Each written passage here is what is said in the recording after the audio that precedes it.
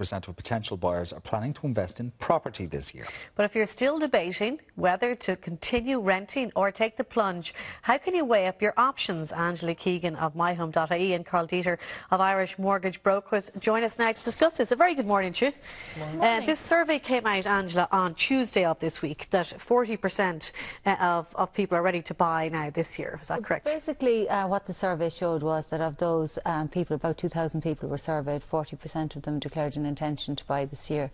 And oddly enough, the results are very compatible with the survey which we'll be producing ourselves over the next couple of weeks, or the results we'll be producing over the next couple of weeks, and our result was just less than 50% of those people who are intend to buy within the next 12 months. And what's the demographic and the makeup? I mean, are these all people getting onto the ladder for the first time? In the main, they're first-time buyers, and over 70% of those people which we surveyed were between 25 and 35 years of age.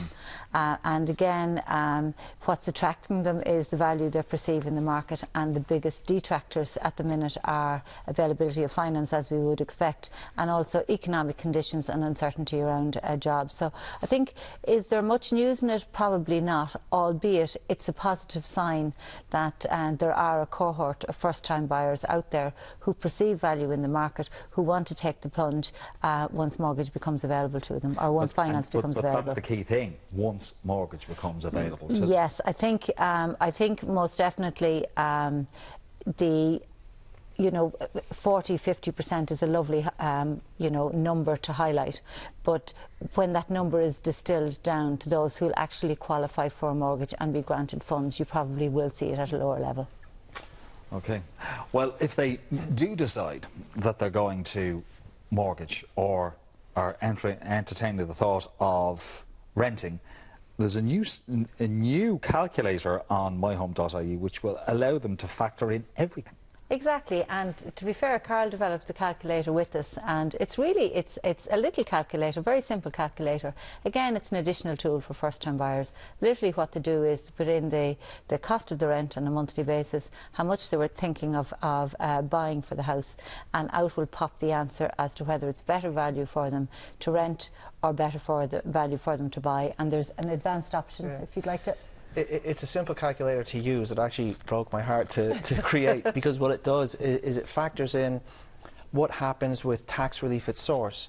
It also factors in that if you weren't to buy, that your deposit instead is going away and you're earning interest on it, and you're able to put in advanced features. For instance, one big problem with rent or buy calculators in the past is that all of the assumptions are left up to the person who designs it. We took the opposite route. We wanted to put people in the driving seat so they could play out their scenarios. So if you think property prices are going to go down every year for 10 years, you can just put in minus figures every year and it will give you an answer based on that result. If you think that rental prices are going to rise but property prices will drop, you can play out different scenarios. So it actually gives you the answer based on what you believe is going to happen rather than what I believe is going to happen. And I think that's really what people want. They want to be able to make decisions based on what they believe to be the truth rather than what they're being told from someone else. And it's a very exciting thing, because it lets you have a real solution to what you think may happen. Do they have to fill in all kinds of information? No, you just fill in the rental price. Nothing like that? The rental price, the purchase price, and if you go for the advanced options, you have a choice of changing what you think will happen over 10 years. You can leave it all at zero, that things will all stay the same for 10 years, or you can put in plus figures or minus figures.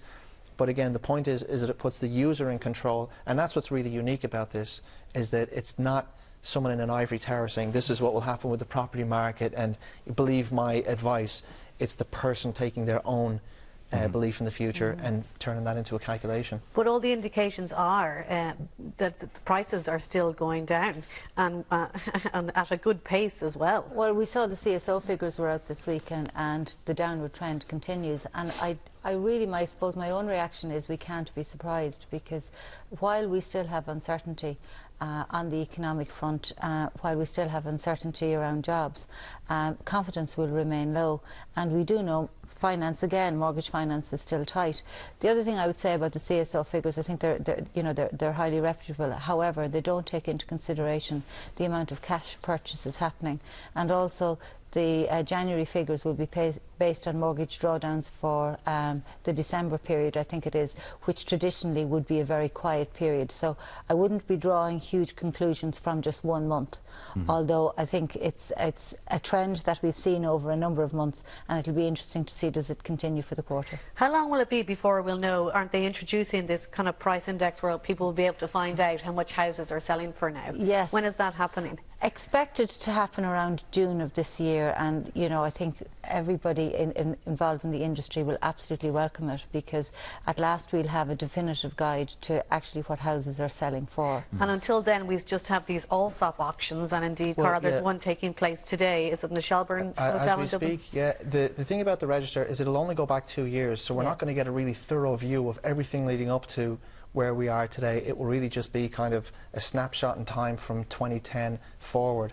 Which is better than nothing, though. I mean, it's better than all the secrecy when you ring up the agent, and like they'd rather, you know, tell you a state secret than how much the house went for, you know. Yeah, if you're sitting in the desert, you're better off with a sip of water than without one. You know, that's the simple truth of it.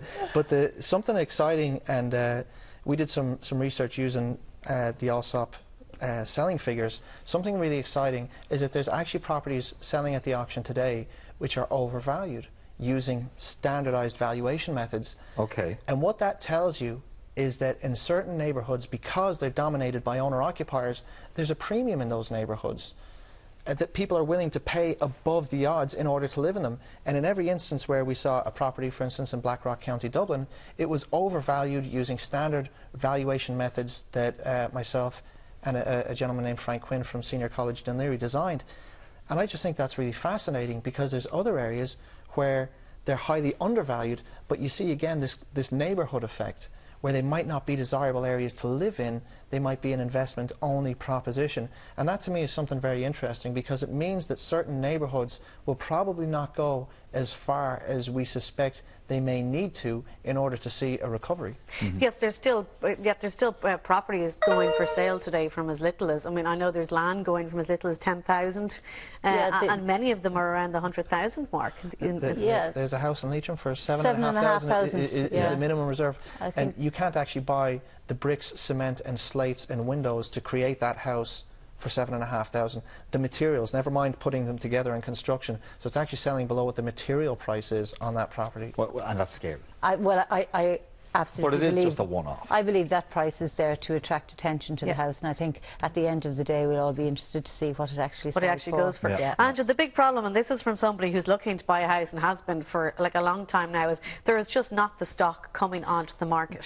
People are reluctant to put their house on. That's the next problem I think we're going to see, is lack of availability of stock, particularly for people who are looking to trade up. I think there's plenty of stock for first-time buyers. That would be my view, but and we will see through NAMA, we'll see more new properties come on. But definitely and I've said it before, in, you know, well sought after suburban areas, good locations and good transport routes, good schools, etc. People are sitting tight. They're happy with their, you know, their 3-4 bed semi. They're happy with their family home. They're happy with their tracker mortgage, and we're not seeing anything as much of that stock coming on. And some people that have you know, sold a number of years ago decided they would wait to, and quite rightly so, to try and call the bottom of the market and to get in at a good time. In some instances, you know, the ship has almost sailed, in that the new stock isn't coming on with the same regularity, so potentially they're going to have to rent for longer to wait for what they want to come up, if they want to stick to a particular area. Okay. Well, I know the two of you have to rush off now to the Allsop auction, so keep us posted what that property went for, and indeed I presume it'll all be in the papers tomorrow. And as soon as we're done from here, still we'll be back out looking at the property pages once again. Best of luck. Crying into them. Thanks so much. Good Thank you. Now, don't forget, if you've missed any of the morning's programme, you can catch it online at tv3.ie.